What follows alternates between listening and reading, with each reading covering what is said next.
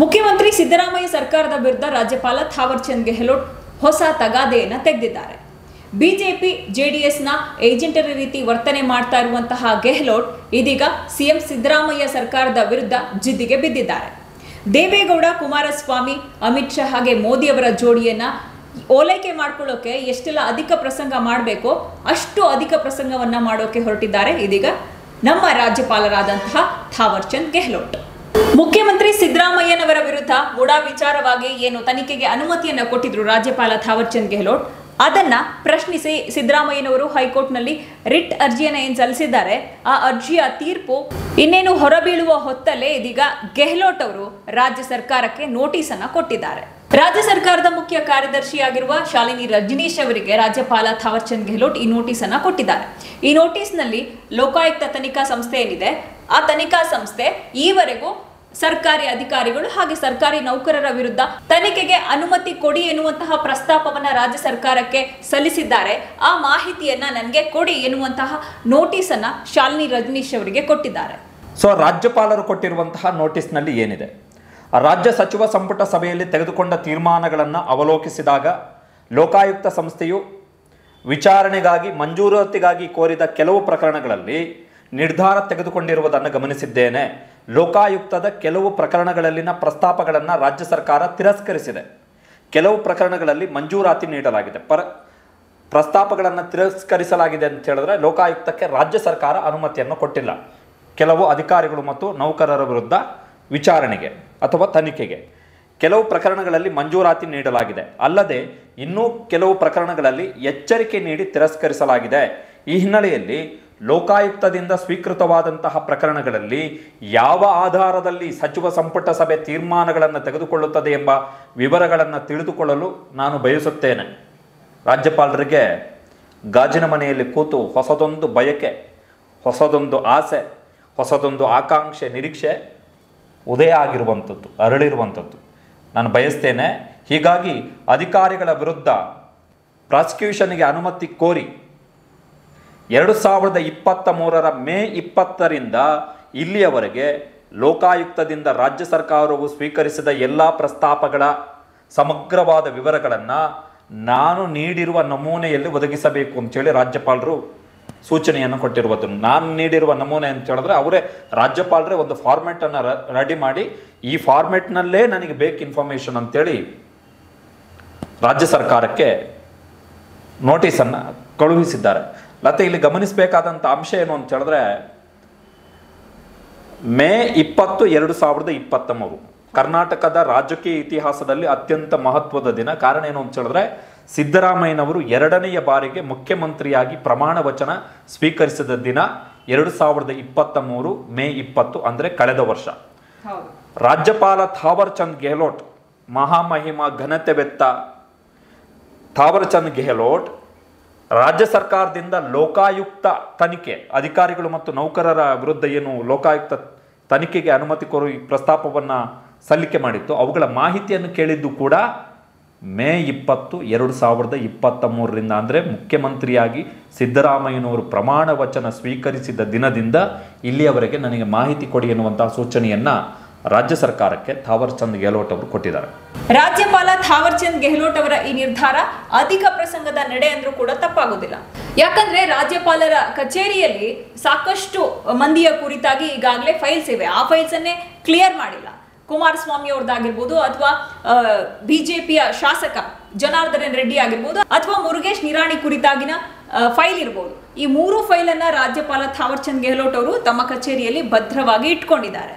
ಇನ್ನು ಶಶಿಕಲಾ ಜೊಲ್ಲೆ ಅವರ ಪ್ರಕರಣದಲ್ಲೂ ಕೂಡ, ಶಶಿಕಲಾ ಜೊಲ್ಲೆ ಅವರ ಪ್ರಕರಣದಲ್ಲಿ ಲೋಕಾಯುಕ್ತ ಪೊಲೀಸರು ಏನು ಪ್ರಾಥಮಿಕ ತನಿಖಾ ವರದಿಯನ್ನು ಸಲ್ಲಿಸಿದ್ರು ರಾಜ್ಯಪಾಲರಿಗೆ, ಆ ವರದಿಯಲ್ಲಿ ಯಾವುದೇ ಪ್ರೈಮಾ ಫೇಸಿ ಅಂದ್ರೆ ಮೇಲ್ನೋಟಕ್ಕೆ ಯಾವುದೇ ಸಾಕ್ಷ್ಯ ಇಲ್ಲ ಅವರ ವಿರುದ್ಧ ಎನ್ನುವಂತಹ ರೀಸನ್ ಅನ್ನು ಕೊಟ್ಬಿಟ್ಟು ಶಶಿಕಲಾ ಜೊಲ್ಲೆ ಅವರ ಕುರಿತಾಗಿನ ಏನು ಅನುಮತಿ ಕೋರಿ ಏನು ಫೈಲ್ ಹೋಗಿತ್ತು ಆ ಫೈಲ್ ಅನ್ನ ತಿರಸ್ಕಾರನೆ ಮಾಡಿಬಿಟ್ರು ರಾಜ್ಯಪಾಲ ಥಾವರ್ ಚಂದ್ ಗೆಹ್ಲೋಟ್. ಇನ್ನು ಮುಖ್ಯಮಂತ್ರಿ ಸಿದ್ದರಾಮಯ್ಯ ಸರ್ಕಾರ ಅಸ್ತಿತ್ವಕ್ಕೆ ಬಂದಾಗಿನಿಂದ ಈವರೆಗೂ ಏನು ರಿಪೋರ್ಟ್ ಅನ್ನ ಕೇಳ್ತಾ ಇದ್ದಾರೆ, ಅಧಿಕಾರಿಗಳು ಮತ್ತು ನೌಕರರ ಕುರಿತಾಗಿ ಯಾವೆಲ್ಲ ಫೈಲ್ಸ್ ಗಳಿವೆ, ಅನುಮತಿಯನ್ನ ಕೋರಿ ಲೋಕಾಯುಕ್ತ ಪೊಲೀಸರು ಯಾವೆಲ್ಲ ಫೈಲ್ಸ್ ಗಳನ್ನ ಸರ್ಕಾರಕ್ಕೆ ಕೊಟ್ಟಿದ್ದಾರೆ ಎನ್ನುವಂತಹ ಸಮಗ್ರ ಮಾಹಿತಿಯನ್ನ ಬೇಕು ಅಂತ ಕೇಳಿದಾರಲ್ಲ, ಈ ಕೆಲಸವನ್ನ ರಾಜ್ಯಪಾಲ ಥಾವರ್ ಚಂದ್ ಗೆಹ್ಲೋಟ್ ಅವರು 2023ರ ಆರಂಭದಲ್ಲಿ ಇದ್ದಂತಹ ಬಸವರಾಜ ಬೊಮ್ಮಾಯಿ ಅವರ ಸರ್ಕಾರದಲ್ಲೇ ಕೇಳಬಹುದಾಗಿತ್ತು. ಇನ್ನು ರಾಜ್ಯಪಾಲ ಆದಂತವರಿಗೆ ಸರ್ಕಾರದ ಯಾವುದೇ ಇಲಾಖೆಗಳಲ್ಲಿ ಮೂಗು ತೂರಿಸುವಂತಹ ಅಧಿಕಾರ ಇಲ್ಲ, ಹಕ್ಕಿಲ್ಲ. ಇನ್ನು ಲೋಕಾಯುಕ್ತ ಕಾಯ್ದೆಯ ನಿಯಮಗಳ ಪ್ರಕಾರ ಮುಖ್ಯಮಂತ್ರಿ, ಮಂತ್ರಿಗಳು ಮತ್ತು ಶಾಸಕರು ಹಾಗೆ ವಿಧಾನ ಪರಿಷತ್ ಸದಸ್ಯರ ವಿರುದ್ಧವಷ್ಟೇ ಮಾತ್ರ ತನಿಖೆಗೆ ಅನುಮತಿ ಕೊಡೋದಕ್ಕೆ ರಾಜ್ಯಪಾಲರಿಗೆ ಅವಕಾಶ ಇರುತ್ತೆ. ಆದರೆ ಸರ್ಕಾರಿ ಅಧಿಕಾರಿಗಳು ಮತ್ತು ನೌಕರರ ಕುರಿತಾಗಿ ಏನು ತನಿಖೆಗೆ ಅನುಮತಿಯನ್ನ ಕೋರಿ ಸರ್ಕಾರಕ್ಕೆ ಪ್ರಸ್ತಾವನೆಗಳು ಬಂದಿರ್ತವೆ, ಆ ವಿಚಾರವಾಗಿ ರಾಜ್ಯಪಾಲರಿಗೆ ಮಾಡೋದಕ್ಕೆ ಯಾವ ಕೆಲಸನೂ ಇಲ್ಲ. ಆದ್ರೆ ರಾಜ್ಯಪಾಲರು ಇದೀಗ ಏನು ವರದಿಯನ್ನ ಕೇಳ್ತಾ ಇದ್ದಾರೆ, ಇದು ಸಾಕಷ್ಟು ಅನುಮಾನಗಳಿಗೆ ಕಾರಣವಾಗ್ತಾ ಇದೆ. ಲತಾ, ಇಲ್ಲಿ ಗಮನಿಸಬೇಕಾದಂಥ ಅಂಶ ಏನು ಅಂತ ಹೇಳಿದ್ರೆ, ನೀವು ಕೂಡ ಆ ಅಂಶವನ್ನು ಉಲ್ಲೇಖ ಮಾಡಿದ್ರೆ, ಲೋಕಾಯುಕ್ತ ಕಾಯ್ದೆಯಲ್ಲಿ ಸಕ್ಷಮ ಪ್ರಾಧಿಕಾರ ಅಂತೇಳಿ ಒಂದು ಉಲ್ಲೇಖ ಇದೆ. ಆ ಸಕ್ಷಮ ಪ್ರಾಧಿಕಾರ ಏನು ಅಂತ ಹೇಳಿದ್ರೆ, ಮುಖ್ಯಮಂತ್ರಿಗಳು, ವಿಧಾನಸಭೆ ಮತ್ತು ವಿಧಾನ ಪರಿಷತ್ನ ಸದಸ್ಯರು ಮತ್ತು ಮಂತ್ರಿಗಳ ವಿರುದ್ಧ ತನಿಖೆಗೆ ಅನುಮತಿಯನ್ನು ಕೊಡಲಿಕ್ಕೆ ಮಾತ್ರ ರಾಜ್ಯಪಾಲರಿಗೆ ಅಧಿಕಾರ ಇರುವಂಥದ್ದು. ಕಾರ್ಯದರ್ಶಿ ಮಟ್ಟದ ಮತ್ತು ಇತರೆ ಅಧಿಕಾರಿಗಳ ವಿರುದ್ಧ ತನಿಖೆಗೆ ಅನುಮತಿ ಕೊಡುವಂತಹ ಅಧಿಕಾರ ಇರುವಂಥದ್ದು ರಾಜ್ಯ ಸರ್ಕಾರಕ್ಕೆ. ಇನ್ನು ಕೆಳಹಂತದ ಅಧಿಕಾರಿ ನೌಕರ ವರ್ಗ ಏನಿದೆ, ಆ ನೌಕರ ವರ್ಗದ ವಿರುದ್ಧ ತನಿಖೆಗೆ ಅನುಮತಿ ಕೊಡುವಂತಹ ಅಧಿಕಾರ ಇರುವಂಥದ್ದು ಆಯಾಯ ಇಲಾಖೆಗಳಲ್ಲಿರುವಂತಹ ಸಕ್ಷಮ ಪ್ರಾಧಿಕಾರಕ್ಕೆ. ಸೊ ಪ್ರತಿಯೊಂದು ಇಲಾಖೆಗಳಲ್ಲೂ ಕೂಡ ಯಾವ ಹಂತದ ಅಧಿಕಾರಿ ಅಥವಾ ನೌಕರ ಆತನ ವಿರುದ್ಧ ತನಿಖೆಗೆ ಯಾರು ಅನುಮತಿ ಕೊಡಬಹುದು ಅಂತೇಳಿ ಒಂದು ಟಿಪ್ಪಣಿಯೇ ಇದೆ, ಅದಕ್ಕೊಂದು ನಿಯಮ ಇದೆ. ಸೊ ರಾಜ್ಯಪಾಲರಿಗೆ ಅಧಿಕಾರಿಗಳ ಮತ್ತು ನೌಕರರ ವಿಚಾರದಲ್ಲಿ ತನಿಖೆಗೆ ಅನುಮತಿ ಕೊಡುವುದಕ್ಕಾಗಲಿ ಅಥವಾ ಮೂಗು ತೂರಿಸುವುದಕ್ಕಾಗಲಿ ರಾಜ್ಯಪಾಲರಿಗೆ ಅಧಿಕಾರ ಇಲ್ಲ. ಲತಾ, ಇನ್ನೊಂದು ಅಂಶವನ್ನು ಹೇಳಿದ್ರು. ಈ ಕುಮಾರಸ್ವಾಮಿ ಕಡತ ಕಳೆದ ವರ್ಷದ ನವೆಂಬರ್ ತಿಂಗಳಿಂದಲೂ ರಾಜ್ಯಪಾಲರ ಕಚೇರಿಯಲ್ಲಿ ಧೂಳು ಹೊಡಿತಾ ಬಿದ್ದಿದೆ. ರಿಟರ್ನ್ ಹೋಗಿದೆ ಲೋಕಾಯುಕ್ತಕ್ಕೆ, ಮತ್ತೆ ರಿಟರ್ನ್ ಬಂದಿದೆ, ಮತ್ತೆ ರಾಜ್ಯಪಾಲರಿಗೆ ನನಗೆ ಇಂಗ್ಲೀಷಲ್ಲೇ ಬೇಕು ಅಂತೇಳಿ ವರದಿಯನ್ನು ಕೇಳಿದ್ದಾರೆ. ಜನಾರ್ದನ್ ರೆಡ್ಡಿ ಕೇಸ್ನಲ್ಲೂ ಕೂಡ ಅಷ್ಟೇ, ನನಗೆ ಮೂಲ ದಾಖಲೆಗಳು ಇಂಗ್ಲೀಷ್ನಲ್ಲೇ ಬೇಕು ಅಂಥೇಳಿ ರಿಟರ್ನ್ ಕಳಿಸಿದ್ದಾರೆ ಲೋಕಾಯುಕ್ತಕ್ಕೆ. ಮುರುಗೇಶ್ ನಿರಾಣಿ ಪ್ರಕರಣದಲ್ಲಿ ನನಗೆ ಸ್ಪಷ್ಟೀಕರಣ ಬೇಕು ಅಂಥೇಳಿ ವಾಪಸ್ ಕಳಿಸಿದ್ದಾರೆ. ಸೊ ರಾಜ್ಯಪಾಲರು ಈ 3 ಜನರ ಪ್ರಕರಣದಲ್ಲಿ ರಾಜ್ಯಪಾಲರೇ ಕಾಂಪಿಟೆಂಟ್ ಅಥಾರಿಟಿ, ಅವರೇ ಕೊಡಬೇಕಾಗಿರುವಂಥದ್ದು ಅನುಮತಿ. ಶಶಿಕಲಾ ಜೊಲ್ಲೆ ಪ್ರಕರಣದಲ್ಲಿ ಲತಾ ಹೇಳಿದ ಹಾಗೆ ದಾಖಲೆಗಳಿಲ್ಲ ಶಶಿಕಲಾ ಜೊಲ್ಲೆ ವಿರುದ್ಧ ಅಂಥೇಳಿ ಅರ್ಜಿಯನ್ನೇ ವಜಾ ಮಾಡಿದ್ದಾರೆ ಲೋಕಾಯುಕ್ತ ಪೊಲೀಸರು ಸಲ್ಲಿಸಿರುವಂಥ ಅರ್ಜಿಯನ್ನು. ಸೊ ಈಗ ಗೆಹ್ಲೋಟ್ ಹೇಳ್ತಾ ಇರುವಂಥದ್ದು, ನನಗೆ 2023ರ ಮೇ 20ನೇ ತಾರೀಕಿನಿಂದ ಬೇಕು ಅಂತೇಳಿ. ಅಂದರೆ ಸಿದ್ದರಾಮಯ್ಯನವರ ಸರ್ಕಾರ ಬಂದ ಬಳಿಕ ಯಾವೆಲ್ಲ ಅಧಿಕಾರಿಗಳಿಗೆ ಅನುಮತಿಯನ್ನು ಕೊಟ್ಟರು, ಯಾಕೆ ತಿರಸ್ಕಾರವನ್ನು ಮಾಡಿದ್ರು, ಯಾವ ಅಧಿಕಾರಿಗಳಿಗೆ ಕಟು ಟಿಪ್ಪಣಿಯನ್ನು ಮಾಡಿದ್ರು ಅಂಥೇಳಿ ರಾಜ್ಯಪಾಲರು ಅದನ್ನು ಇಟ್ಕೊಂಡು ಏನು ಮಾಡ್ತಾರೆ ಅದನ್ನು ಇಟ್ಕೊಂಡು? ಅಧಿಕಾರಿಗಳು ಮತ್ತು ನೌಕರದ್ದು ಲಿಸ್ಟ್ ಕೊಡಿ ನನಗೆ ಅಂತ ಏನು ಮಾಡ್ತಾರೆ ರಾಜ್ಯಪಾಲರು? ಲಿಸ್ಟ್ ತಗೊಂಡು ಹಂಗೆ ನೋಡೋಕೋದ್ರೆ ಲತಾ, ಲೋಕಾಯುಕ್ತದವರು ಪ್ರತಿ ವರ್ಷ ರಾಜ್ಯಪಾಲರಿಗೆ ಒಂದು ಅವರ ಇಡೀ ಕಾರ್ಯವೈಖರಿ ಒಂದು ವರ್ಷದಲ್ಲಿ ಏನಿತ್ತು ಅಂಥೇಳಿ ಆ್ಯನ್ಯುವಲ್ ರಿಪೋರ್ಟನ್ನು ಸಬ್ಮಿಟ್ ಮಾಡ್ತಾರೆ ಪ್ರತಿ ವರ್ಷ ರಾಜ್ಯಪಾಲರಿಗೆ. ಸೊ ಕಳೆದ ವರ್ಷದ ರಿಪೋರ್ಟ್ ರಾಜ್ಯಪಾಲರಿಗೆ ಸಬ್ಮಿಟ್ ಆಗಿರುತ್ತೆ, ಅದನ್ನು ಕೂತ್ಕೊಂಡು ಆರಾಮದಲ್ಲಿ ಓದ್ಬೋದು. ರಾಜ್ಯಪಾಲರಿಗೆ ಬೇರೆ ಏನು ಮಾಡೋಕ್ಕೇನು ಕೆಲಸ ಏನಿಲ್ಲ. ಈಗ ಬರ ಬಂತು, ಕೇಂದ್ರ ಸರ್ಕಾರದಿಂದ ಮೋದಿಗೆ ಹೇಳ್ಬಿಟ್ಟು ಅನುದಾನ ತರಬೇಕು, ಅಥವಾ ಪ್ರವಾಹ ಬಂತು ಅನುದಾನ ತರಬೇಕು, GSTಯಲ್ಲಿ ನಮಗೆ ಹೊಡೆತ ಬಿದ್ದಿದೆ, ಹೋಗಿ ಮೋದಿ ಹತ್ರ ಮಾತಾಡಿ ಅನುದಾನ ತರಬೇಕು, ಈ ಥರದ್ದು ಏನಾದರೂ ಕಸುಬೇನಾದರೂ ಇದೆಯಾ ರಾಜ್ಯಪಾಲರಿಗೆ? ಏನಿಲ್ವಲ್ಲ. ಇಲ್ಲಿ ನಾವು ಸಂಬಳ ಕೊಡ್ತಾ ಇದ್ದೀವಿ, ತಿಂದು ಬಿಟ್ಟು ಆರಾಮದಲ್ಲಿ ಗಾಜಿನ ಮನೆಯಲ್ಲಿ ನಾವು ಕೊಡುವಂತಹ ಸರ್ಕಾರಿ ವೆಹಿಕಲ್ನಲ್ಲಿ ಓಡಾಡಿಕೊಂಡು ಶೋ ಕೊಡ್ಕೊಂಡು ಪೋಸ್ ಕೊಡ್ಕೊಂಡು ತಿರುಗಾಡೋದು ಬಿಟ್ಬಿಟ್ರೆ ಗವರ್ನರಿಗೆ ಬೇರೆ ಏನು ಕೆಲಸ ಇದೆ? ಇಲ್ಲ, ಎಲ್ಲಾದರೂ ಪುಕ್ಸಾಟೆ ಭಾಷಣ ಮಾಡೋಕ್ಕೆ ಕರೆದ್ರೆ ಅಲ್ಲಿ ಹೋಗಿ ಭಾಷಣ ಮಾಡುವಂಥದ್ದು ಬರುವಂಥದ್ದು. ಗಾಜಿನ ಮನೆ ಅದಕ್ಕೋಸ್ಕರ ಮಾಡಿ ಇಟ್ಟಿದ್ದೀವಿ, ವಿಧಾನಸೌಧದ ಪಕ್ಕ ರಾಜಭವನವನ್ನು ಅಷ್ಟು ಚೆನ್ನಾಗಿ ಗಾರ್ಡನ್ ಎಲ್ಲ ಮಾಡಿ. ಏನು ಕಸಬು ರಾಜ್ಯಪಾಲರಿಗೆ? ಅಧಿಕಾರಿಗಳ ಮೇಲೆ ರಾಜ್ಯಪಾಲರಿಗೆ ಏನಿದೆ ಹಕ್ಕು? ಲೋಕಾಯುಕ್ತದವರು ಅಪಾಯಿಂಟ್ ಆಗುವಂಥದ್ದು ರಾಜ್ಯಪಾಲರ ಆದೇಶದ ಮೇರೆಗೆ, ಬಟ್ ಅಪಾಯಿಂಟ್ಮೆಂಟ್ ಮಾಡುವಂಥದ್ದು ರಾಜ್ಯಪಾಲರಲ್ಲ. ಸೊ ಲೋಕಾಯುಕ್ತದವರನ್ನ ರಿಮೂವ್ ಮಾಡುವಂಥದ್ದು ಕೂಡ ರಾಜ್ಯಪಾಲರಲ್ಲ. ನಮ್ಮ ವಿಧಾನಸೌಧ ರಿಮೂವ್ ಮಾಡಲಿಕ್ಕಿರುವಂಥದ್ದು ಆ ಅಧಿಕಾರ ಇರುವಂಥದ್ದು ಅವರಿಗೆ. ರಾಜ್ಯಪಾಲ ಯಾರು? ಅಧಿಕ ಪ್ರಸಂಗ, ತಲೆಹರಟೆ. ಈ ಪಕ್ಕದ ತಮಿಳುನಾಡಿನಲ್ಲಿ ಅಲ್ಲೊಬ್ಬ ರಾಜ್ಯಪಾಲ ಎನ್ ರವಿ ಅಂತೇಳಿ ಬರೀ ತಲೆಹರಟೆ. ಪಕ್ಕದಲ್ಲಿ ಇನ್ನೊಬ್ಬ ರಾಜ್ಯಪಾಲ ಕೇರಳದಲ್ಲಿ ಬರೀ ತಲೆಹರಟೆ. ಪಂಜಾಬ್ನಲ್ಲಿ ಒಬ್ಬ ರಾಜ್ಯಪಾಲ ತಲೆಹರಟೆ. ದೆಹಲಿಯಲ್ಲಿ ಒಬ್ಬ ರಾಜ್ಯಪಾಲ ತಲೆಹರಟೆ. ಇವರು ತಲೆಹರಟೆಗಳ ವಿರುದ್ಧವೇ ಸುಪ್ರೀಂ ಕೋರ್ಟ್ನಲ್ಲಿ ಎನ್ಕ್ವೈರಿ ನಡೀತಾ ಇದೆ, ವಿಚಾರಣೆ.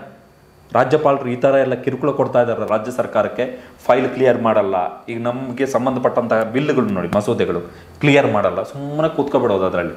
ಹೌದಾ, ಕಲಿಸಿದಾರ, ಆಯಿತು, ಸುಮ್ಮನೆ ಕೂತ್ಕೊಬಿಡೋದು. ಅದರ ವಿರುದ್ಧ ಎಲ್ಲ ಸುಪ್ರೀಂ ಕೋರ್ಟ್ನಲ್ಲಿ ಪಿಟಿಷನ್ಗಳಾಗಿವೆ. ಚಿಮಾರಿ ಹಾಕಿದ್ದಾರೆ ರಾಜ್ಯಪಾಲರಿಗೆ. 2021ಕ್ಕೆ ಬಂದಿರುವಂಥದ್ದು, 2021 ಜುಲೈಗೆ. ಬಸವರಾಜ ಬೊಮ್ಮಾಯಿ ಸರ್ಕಾರದ ಅವಧಿಯಲ್ಲಿ ಏನಾದರೂ ಬಹುಶಃ ರಾಜ್ಯಪಾಲ ಈ ಕೆಲಸವನ್ನು ಮಾಡಿದಿದ್ರೆ ಈ ಪುಣ್ಯಾತ್ಮನಿಗೆ ಬೊಮ್ಮಾಯಿ ಬಹುಶಃ ಟ್ರಂಕ್ಗಟ್ಟಲೆ ಫೈಲನ್ನು ತಂದು ಕೊಡ್ತಾ ಇದ್ರೇನೋ. ಯಾಕಂತ ಹೇಳಿದ್ರೆ ಆವಾಗ ಕೋವಿಡ್ ಹಗರಣ ಬೇರೆ ಇತ್ತು, PSI ಸ್ಕ್ಯಾಮ್ ಹಗರಣ ಬೇರೆ ಇತ್ತು, ಬೇರೆ ಬೇರೆ ಹಗರಣಗಳಿದ್ವು. ಟ್ರಂಕ್ಗಟ್ಟಲೆ ಫೈಲ್ಗಳು ಬಂದು ಬೀಳ್ತಾ ಇದ್ವು ಲೋಕಾಯುಕ್ತದಿಂದ. ಇನ್ ಕೇಸ್ ಗೆಹ್ಲೋಟ್ ಏನಾದರೂ ಫೈಲ್ಗಳನ್ನು ಕೇಳಿದಿದ್ರೆ ಆ ಟೈಮಲ್ಲಿ ಆರಂಭದಲ್ಲಿದ್ದಂಥ ಪುಣ್ಯಾತ್ಮನಿಗೆ ಈಗ ಸಂವಿಧಾನದಲ್ಲಿ ನನಗೆ ಅಧಿಕಾರ ಇದೆ, ವಿವೇಚನಾಧಿಕಾರ ಇದೆ ಅಂತೇಳಿ ಈಗ ನೆನಪಾಗ್ಲಿಕ್ಕೆ ಶುರುವಾಗಿದೆ. ಇನ್ನು ರಾಜ್ಯಪಾಲರ ಈ ನಡೆ ಮೊದಲೇ ಹೇಳಿದಂತೆ ಅನುಮಾನಾಸ್ಪದವಾಗಿದೆ. ಸಿದ್ದರಾಮಯ್ಯನವರು ಸಲ್ಲಿಸಿರುವಂತಹ ಮುಡಾ ವಿಚಾರವಾಗಿ ಏನು ರಿಟ್ ಅರ್ಜಿಯನ್ನು ಸಲ್ಲಿಸಿದ್ದಾರೆ ಹೈಕೋರ್ಟ್ನಲ್ಲಿ, ಆ ಕುರಿತಾದ ತೀರ್ಪು ಇನ್ನೇನು ಕೆಲವೇ ದಿನಗಳಲ್ಲಿ ಹೊರಬೀಳತ್ತೆ. ಇನ್ನು ಈ ತೀರ್ಪು ಹೊರಬೀಳುವ ಹೊತ್ತಲ್ಲೇ ಇದೀಗ ರಾಜ್ಯಪಾಲರು ಏನು ವರದಿಯನ್ನ ಕೇಳಿದ್ದಾರೆ ಅಧಿಕಾರಿಗಳು ಮತ್ತು ಸಿಬ್ಬಂದಿ ವರ್ಗದ ಕುರಿತಾಗಿ ಮುಖ್ಯ ಕಾರ್ಯದರ್ಶಿಗಳಿಗೆ. ಇದು ಬಹುಶಃ ಹೈಕೋರ್ಟ್ನಲ್ಲಿ ಗೆಹ್ಲೋಟ್ ಅವರಿಗೆ ಎದುರಾಗಬಹುದಾದಂತಹ ಮುಜುಗರವನ್ನ ತಪ್ಪಿಸಿಕೊಳ್ಳೋಕೆ ಮಾಡ್ತಾ ಇರುವಂತಹ ಪ್ರಯತ್ನ ಅಂತ ಅನಿಸ್ತಾ ಇದೆ. ಸೊ ಇಲ್ಲಿ ತಂತ್ರಗಾರಿಕೆ ಇಷ್ಟೇ. ಏನು ಅಂತ ಹೇಳಿದ್ರೆ ಘನತೆವೆತ್ತ ಸಾಹೇಬರು ಈಗ ರಾಜ್ಯ ಸರ್ಕಾರದಿಂದ ವರದಿಯನ್ನು ಕೇಳಿದ್ದಾರೆ. ಈ ವರದಿಯನ್ನು ಅಲ್ಟಿಮೇಟ್ ಯಾರಿಗೆ ಕೊಡಬಹುದು ಅಂತ ಹೇಳಿದ್ರೆ ಜನನಾಯಕ, ಮಣ್ಣಿನ ಮಗನ ಮಗ ಕುಮಾರಸ್ವಾಮಿ ಅವರಿಗೆ ಮತ್ತು BJP ಅವರಿಗೆ ರಾಜ್ಯಪಾಲರು ಇದನ್ನೆಲ್ಲ ಕಲೆಕ್ಟ್ ಮಾಡಿಬಿಟ್ಟು ಕೊಡ್ಬೋದು. ಯಾಕಂತ ಹೇಳಿದ್ರೆ ರಾಜ್ಯಪಾಲರು ಈಗ ಮೀಡಿಯಂ ಏಜೆಂಟ್, ಪಕ್ಕಾ ಬೂತ್ ಏಜೆಂಟ್. ಅವರು JDS ಮತ್ತು BJPಯ ಬಾವುಟವೊಂದನ್ನು ಹಾಕಿಲ್ಲ ಬಿಟ್ಟರೆ ಪ್ಯೂರ್ ಬೂತ್ ಏಜೆಂಟ್. ಸೊ ಇವ್ರಿಗೆ ಕೊಡ್ಬೋದು. ಆಗ ಏನಾಗುತ್ತೆ, ಹೈಕೋರ್ಟ್ನಲ್ಲಿ ಇನ್ ಕೇಸ್ ಸಿದ್ದರಾಮಯ್ಯನವರಿಗೆ ಗೆಲುವು ಸಿಕ್ಕರೂ ಕೂಡ ಆಗ ಈ ಪಾಯಿಂಟ್ಸ್ನೆಲ್ಲ ಅವರು ರೈಸ್ ಮಾಡ್ತಾರೆ, ಪಬ್ಲಿಕ್ಸ್ ಮುಂದೆ, ಜನರ ಮುಂದೆ ರೈಸ್ ಮಾಡ್ತಾರೆ. ಕುಮಾರಸ್ವಾಮಿ ಅವರು ಎಗೇನ್ ಪುಟಗಟ್ಟಲೆ ದಾಖಲೆಗಳನ್ನು ತಂದು ಸಿದ್ದರಾಮಯ್ಯನವ್ರ ಮೇಲೆ ಅಟ್ಯಾಕ್ ಮಾಡಲಿಕ್ಕೆ ಶುರು ಮಾಡ್ತಾರೆ. ನೋಡ್ರಿ, ಇಷ್ಟು ಅಧಿಕಾರಿಗಳ ವಿರುದ್ಧ ತನಿಖೆಗೆ ಅನುಮತಿ ಕೊಟ್ಟಿಲ್ಲ ನೀವು, ಇಷ್ಟು ಅಧಿಕಾರಿಗಳ ವಿರುದ್ಧ ತನಿಖೆಗೆ ಅನುಮತಿ ಬಾಕಿ ಇದೆ, ಇದಕ್ಕೋಸ್ಕರ ರಿಜೆಕ್ಟ್ ಮಾಡಿದ್ರಿ, ಇವ್ರಿಗೆ ಇಂಥದ್ದು ಪೋಸ್ಟಿಂಗ್ ಕೊಟ್ರಿ ಅಂತೇಳಿ. ಬಟ್ ಆ ಇನ್ಫಾರ್ಮೇಷನನ್ನು ಕಲೆಕ್ಟ್ ಮಾಡಲಿಕ್ಕೆ ಒಬ್ಬರು ಮೀಡಿಯನ್ ಪೋಸ್ಟ್ ಮ್ಯಾನ್ ಬೇಕಲ್ಲ, ಪೋಸ್ಟ್ ಮ್ಯಾನ್ ಮಧ್ಯವರ್ತಿ ಒಬ್ಬರು ಬೇಕಲ್ಲ. ಅದು ಯಾರು ಅಂತ ಹೇಳಿದ್ರೆ, ಆ ಏಜೆಂಟ್ ಯಾರು ಅಂತ ಹೇಳಿದ್ರೆ ಮಿಸ್ಟರ್ ಗೆಹ್ಲೋಟ್. ಸೊ ಆವಾಗ ಗೆಹ್ಲೋಟ್ ಅವ್ರಿಗೂ ಹೇಳ್ಬೋದು ಬರೀ. ಆಮೇಲೆ ಇನ್ನೊಂದು ಇಲ್ಲಿ ವಿಚಾರ ಏನು ಅಂತ ಹೇಳಿದ್ರೆ, ಈಗ ಕುಮಾರಸ್ವಾಮಿ ಮತ್ತು ಜನಾರ್ದನ್ ರೆಡ್ಡಿ ಮತ್ತು ಮುರುಗೇಶ್ ನಿರಾಣಿ ವಿಚಾರದಲ್ಲಿ ಟೈಮ್ ತಗೊಂಡಿದ್ದಾರೆ. ಇದ್ರ ವಿರುದ್ಧ ರಾಜ್ಯಪಾಲರ ವಿರುದ್ಧ ಟೀಕೆಗಳು ವ್ಯಕ್ತ ಆಗಿದೆ. ಈಗ ಈ ಡಾಕ್ಯುಮೆಂಟನ್ನು ಇಟ್ಕೊಂಡು ರಾಜ್ಯಪಾಲರು ಬೇಕಾದರೆ ಅದನ್ನು ಸೊ ಡಿಫೆನ್ಸ್ಗೆ ಯೂಸ್ ಮಾಡ್ಕೋಬೋದು. ಆ ಡಾಕ್ಯುಮೆಂಟ್ಗಳನ್ನು ಡಿಫೆನ್ಸ್ಗೆ ಅಂತ ಹೇಳಿದ್ರೆ ಆ ದಾಖಲೆಗಳು ಯಾರ ಕಡೆಯಿಂದ ಸೋರಿಕೆ ಆಗಬೇಕು ಸಾರ್ವಜನಿಕರಿಗೆ, ಜನಸಾಮಾನ್ಯರಿಗೆ, ಅದಕ್ಕೆ ಬೇಕಾದಂಥ ವ್ಯವಸ್ಥೆಯನ್ನು ಮಾಡಿ ನೋಡಿ, ರಾಜ್ಯ ಸರ್ಕಾರ ಇಂಥ ಅಧಿಕಾರಿಗಳ ವಿರುದ್ಧ ತನಿಖೆಗೆ ಅನುಮತಿ ಕೊಡಲಿಕ್ಕೆ ಇಷ್ಟು ತಿಂಗಳು ಟೈಮ್ ಮಾಡ್ತು, ಇವ್ರು ನೋಡಿದ್ರೆ ರಾಜ್ಯಪಾಲರನ್ನೇ ಪ್ರಶ್ನೆ ಮಾಡ್ತಾರೆ ಅಂಥೇಳಿ ರಾಜ್ಯಪಾಲರನ್ನು ಈ ನೆಲದ ಧಿರೋದ್ದಾತ್ತ ಮಹನೀಯ ಮಹಾನ್ ನಾಯಕ ಅಂತೇಳಿ ಬಿಂಬಿಸಲಿಕ್ಕೆ ಪ್ರಯತ್ನ ಮಾಡಬಹುದು ಕುಮಾರಸ್ವಾಮಿ ಮತ್ತು ಇತರರ ಮುಖಾಂತರ. ಸೊ ರಾಜ್ಯಪಾಲರ main agenda is to obtain the points.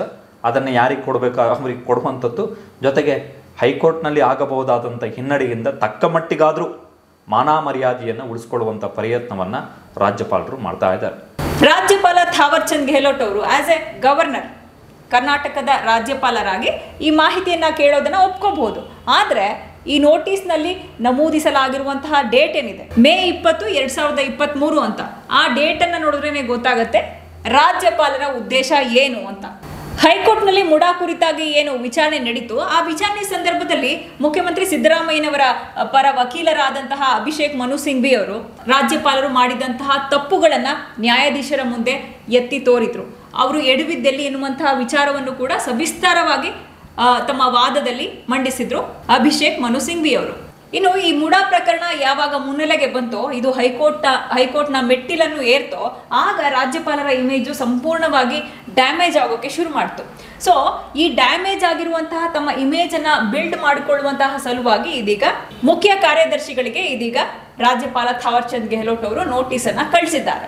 ಈ ಮಾಹಿತಿಯನ್ನು ಪಡ್ಕೊಂಡು ತಮ್ಮ ಎದುರಾಳಿ, ಅಂದ್ರೆ ಮುಡಾ ವಿಚಾರವಾಗಿ ಹೇಳ್ತಾ ಇರೋದು, ಮುಡಾ ವಿಚಾರದಲ್ಲಿ ತಮ್ಮ ಎದುರಾಳಿಯಾಗಿರುವಂತಹ ಸಿದ್ದರಾಮಯ್ಯನವರ ಸರ್ಕಾರವನ್ನ ಚೀಮಾರಿ ಹಾಕಿಸ್ಬೇಕು ಈ ಸರ್ಕಾರಕ್ಕೆ ಎನ್ನುವಂತಹ ಪ್ಲಾನ್ ಅನ್ನ ಮಾಡ್ಕೊಂಡಂತಿದೆ ರಾಜ್ಯಪಾಲರಾದಂತಹ ಥಾವರ್ ಚಂದ್ ಗೆಹ್ಲೋಟ್ ಅವರು. ಇವರೊಂಥರ ಈ ಕಿತಾಪತಿ ರಾಜ್ಯಪಾಲರು ಇದಾರಲ್ಲ, ಆ ಕಿತಾಪತಿ ರಾಜ್ಯಪಾಲರ ಪಟ್ಟಿಗೆ ಥಾವರ್ ಚಂದ್ ಗೆಹ್ಲೋಟ್ ಕೂಡ ಈಗ ಸೇರ್ಪಡೆ ಆಗ್ತಾ ಇರುವಂಥದ್ದು. ಕಂಟಿನ್ಯೂಸ್ ಆಗಿ ಆಗ್ತಾ ಇದೆ ರಾಜ್ಯಪಾಲ ಥಾವರ್ ಚಂದ್ ಗೆಹ್ಲೋಟ್ ಅವರಿಂದ. ಸೊ ಪ್ರಯೋಜನ ಏನಿಲ್ಲ, ರಾಜ್ಯಕ್ಕೆ ಫಸ್ಟ್ ಆಫ್ ಆಲ್ ರಾಜ್ಯಪಾಲರಿಂದ ಈ ರಾಜ್ಯಕ್ಕೆ, ರಾಜ್ಯದ ಜನರಿಗೆ, ಈ ರಾಜ್ಯದಲ್ಲಿ ಕಷ್ಟಪಟ್ಟು ದುಡಿದು ತಿನ್ನುವಂತಹ, ತೆರಿಗೆ ಕಟ್ಟುವಂತಹ ಈ ರಾಜ್ಯದ ಒಬ್ಬನಿಗೂ ಕೂಡ ಈ ರಾಜ್ಯಪಾಲ ಎನ್ನುವಂತಹ ವ್ಯಕ್ತಿಯಿಂದ ನಯಾ ಪೈಸೆಯ ಬಿಡುಗಾಸಿನ ಒಂದೇ ಒಂದು ಪೈಸೆಯ ಪ್ರಯೋಜನ ಅಂತೂ ಇಲ್ಲ. ಅಯ್ಯಪ್ಪನಿಗೆ ಸಂಬಳ ಕೊಡೋದು ನಾವು, ನಮ್ಮ ಹಂಗಿನಲ್ಲಿರುವಂತಹ ರಾಜ್ಯಪಾಲರು. ಬಟ್ ಕಿರಿಕ್ ತೆಗಿತಾರೆ, ಅದು ಕೂಡ ಎಲೆಕ್ಟೆಡ್ ಗೌರ್ಮೆಂಟ್ನ ಜೊತೆಗೆ, ಪ್ರಚಂಡ ಬಹುಮತದೊಂದಿಗೆ ಗೆದ್ದಿರುವಂತಹ ಸರ್ಕಾರದ ಜೊತೆಗೆ ಕಿರಿಕ್ ತೆಗೆಯುವಂಥದ್ದು. ಕಾರಣ ಏನು ಅಂತ ಹೇಳಿದ್ರೆ, ದೇವೇಗೌಡ, ಕುಮಾರಸ್ವಾಮಿ ಮತ್ತು ಮೋದಿ ಮತ್ತು ಶಾ ಇವರನ್ನು ಮೆಚ್ಚಿಸ್ಕೊಂಡು ತಿರುಗಾಡಬೇಕಲ್ಲ. ಇಲ್ಲದಿದ್ದರೆ ಪಾಪ ದೇವೇಗೌಡ ಮತ್ತು ಕುಮಾರಸ್ವಾಮಿಗೆ ಬೇಜಾರಾಗುತ್ತೆ. ಅದಕ್ಕೋಸ್ಕರ